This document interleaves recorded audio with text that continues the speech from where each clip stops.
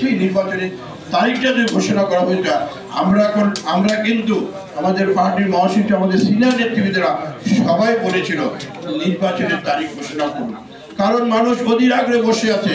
কারণ বেশিরভাগ 17 বছর ছিল একটি ভোটও হয়নি, মানুষ ভোট দিতে পারেনি, মানুষের যে আকাঙ্ক্ষা সেই আকাঙ্ক্ষাটা পূরণ করতে পারেনি। সেই জন্য আজকে এই দেশে অনেক বক্তব্য বলছেন দেশের আজকে অস্থিতিশীল, ব্যবসা নাই, বাণিজ্য নাই, মানুষ কিন্তু অনেক কষ্টে আছে। সেদিন আমি গত কয়েকদিন আগে RTVর একটি জরিপে দেখলাম খুব শীঘ্রই দেশের 20 থেকে 25% মানুষ গরিবের দারিদ্র সীমায় চলে আসে। এটি আসার কারণটা কি, কথাগুলো কেন আসছে? একটি কারণ, তার অনির্বাচিত সরকার থাকলে কোনো দেশের উন্নতি হয় না।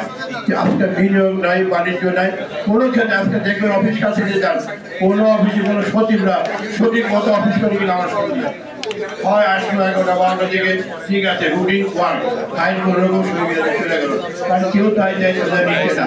কিন্তু আপনাকে কথা বলেন না, কেউ কথা কাজ করছে না, কারণ সবাই দায়িত্ব এগিয়ে যাচ্ছে, মনে করছে যে ঠিক আছে নির্বাচন হোক, নির্বাচনের পরে যে সরকার আসবে তাদের সাথে আমরা কাজ করব।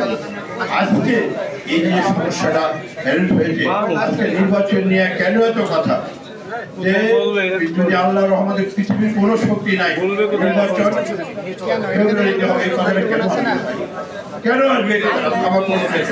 আসবে নির্বাচনের হবে, আপনারা তারিখ ঘোষণা করবেন, নির্বাচন হবে, নির্বাচনে মানুষ জনগণ ভোট দেবে। জনগণ তো একটি চায় একটা নির্বাচিত সরকারকে। আজকে আপনারা দেখেছেন এই যে ডাকসু নির্বাচন নিয়ে কথা বলেন, এই যে ডাকসু নির্বাচন আজকে আমাদের যে দাদা বসে আছেন, আমরা তো তখন ছাত্র ছিলাম, এই যে দাদা ডাকসু নির্বাচন তার দায়িত্ব তাকে দেওয়া হয়েছিল, সে সুন্দরভাবে সেটা পালন করেছিল। ডাকসুর বিবি আমানুল্লাহ আমান খায়রুল উপর তখন অনেক ঘটনায়, আজকে আমাদের বিশেষ যদি ওবায়দ ভাই ছিলেন, ওবায়দ ভাই জানেন সে অনেক ঘটনা ঘটিয়েছিল, জানা এখানে শোনা গেল যে ওই যে আনোয়ারও জানি কি কাহিনী হয়েছিল। তারপরে তো ছাত্রদল বিপুল ভোটে জয় আসলো, একটার পর একটা ডাকসু আসলো, তারপরে খাওয়াগঞ্জ আসলো, চাকসু আসলো, ইডেন গার্লস আসলো, তারপর আমাদের কি বলে ইয়েটা আমাদের এটা কি বলে ভূত নেশা করে সব কিছু সব আমাদের। আজকে কেন এই জিনিসটা আমাদের এখান থেকে আসতে হবে? আজকে নির্বাচন হবে, এটাই স্বাভাবিক, কিন্তু আমাদেরকে বুঝতে হবে 17 বছর ছাত্রদের কিন্তু কোনো হলে কোনো জায়গায় ছিল না, কোনো অবস্থান ছিল না।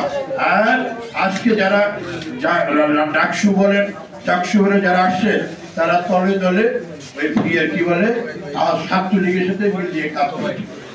স্বাভাবিক, এটা নতুনই, এদের সহজ জিনিস। তারা কি করেছে, তারাকে ওদের শেখ হাসিনা গত কয়েকদিন অডিও দেখলাম যে 60 দিন হাসতা ধরা তো আমার সাথে আমার ছেলে ছিল।